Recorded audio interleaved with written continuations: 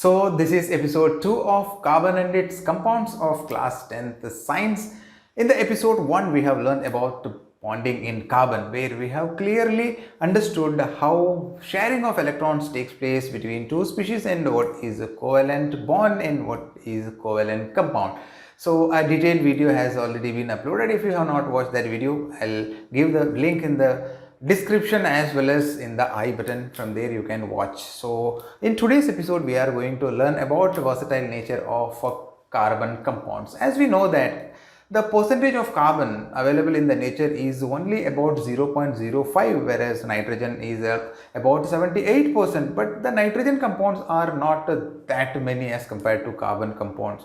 If we see the number of carbon compounds that are available in the nature, it's around 3 million, and these carbon compounds outnumbers by a large number the compounds formed by all other compounds. So we can imagine how large the number of carbon compounds are in the nature. So what could be the reason? First reason would be it's called catenation.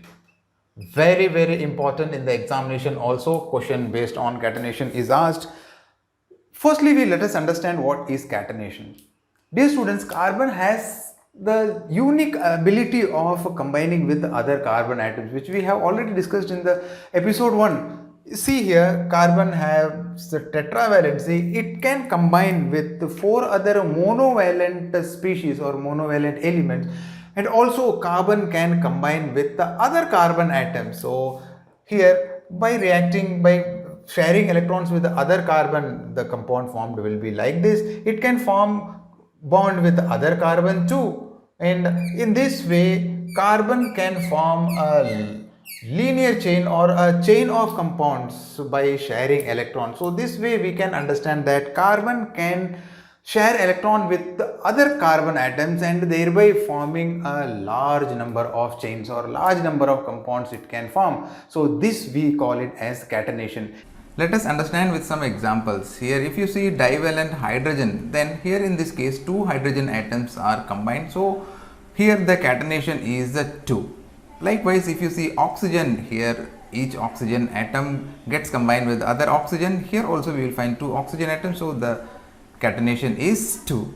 In ozone, if you see 3 oxygen atoms are combined, so here the catenation is 3. So here this way the oxygen atoms are combined. Mostly the elements will have catenation of 2 or 3. And sulfur here is written as S8. It can combine with 8 atoms of sulfur, and if you draw the structure of sulfur, then it appears just like a W.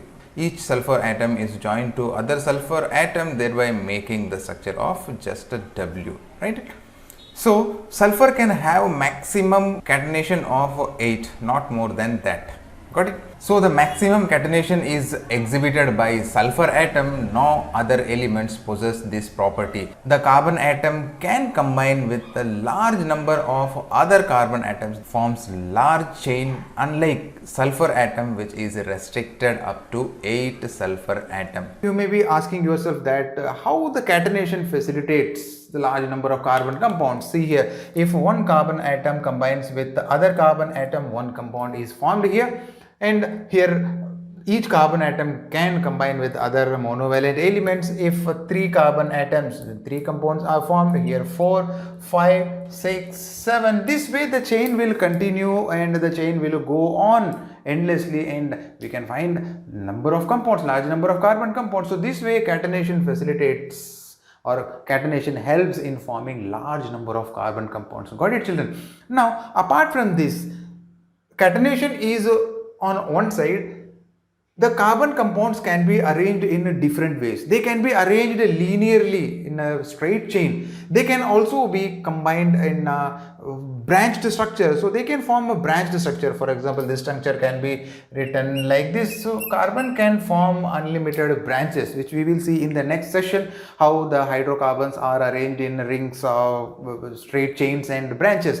And the carbon compounds can also be arranged in rings, ring-like structure. So this also we will see in the next section. So catenation is on one side. Here the carbon compounds can be arranged linearly, they can be arranged in branches, they can be arranged in ring structure. So if the same number of carbon atoms can exist in a linear chain, branches and rings, so here also this facilitates the existence of large number of carbon compounds.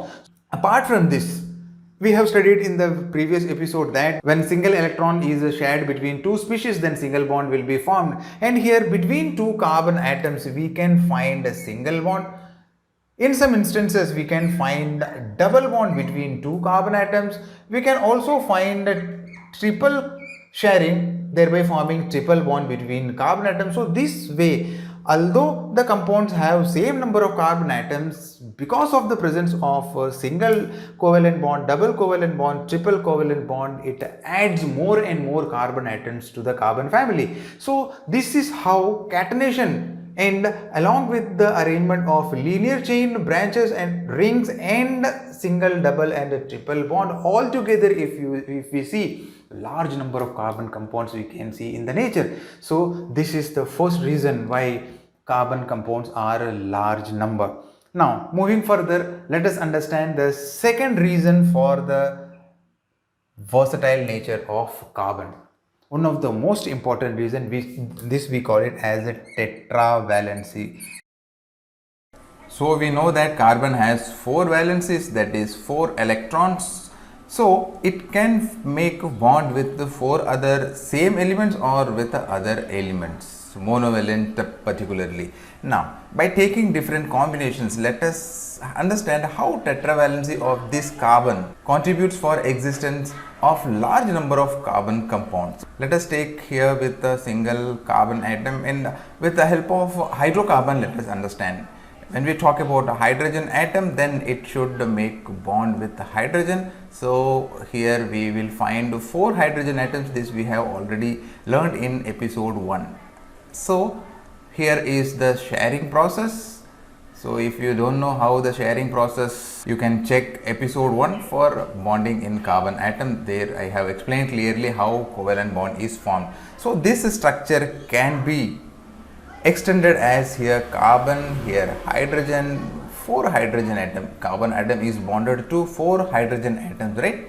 Okay, this is the hydrocarbon with a single carbon atom, we call it as methane, right? Students, you should know that the hydrogen atoms present in the hydrocarbon can be replaced by any other monovalent element. So here in place of hydrogen, we can add some other elements. So for example, here I am adding chlorine.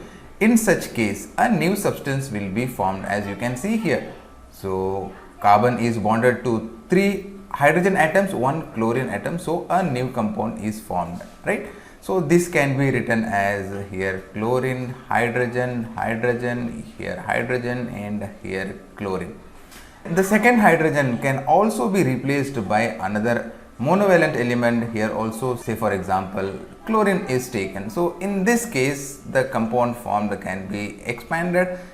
The structure looks like this, isn't it? So here chlorine, here hydrogen. See this hydrocarbon, which is with a single carbon atom and 4 hydrogen atoms, and by replacing 1 hydrogen with the chlorine, new substance is formed, and by replacing 2 chlorine atoms, we have got another structure. If I replace the 3rd hydrogen atom, then the structure will look somewhat like this. Here chlorine, here also chlorine, here also chlorine, and here hydrogen.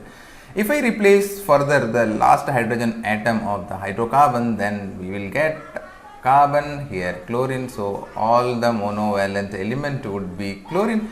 So here you can see, by replacing every hydrogen atom, a new substance is formed.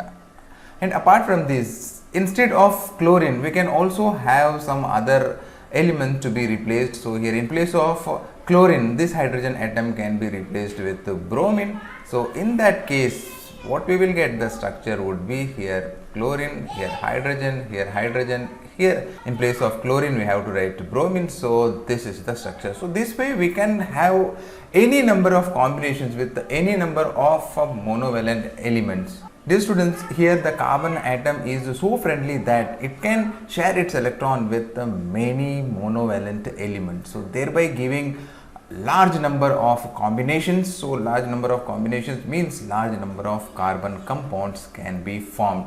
So here you see very well that with a single carbon atom we can have these many combinations and plenty of other combinations we can make, right?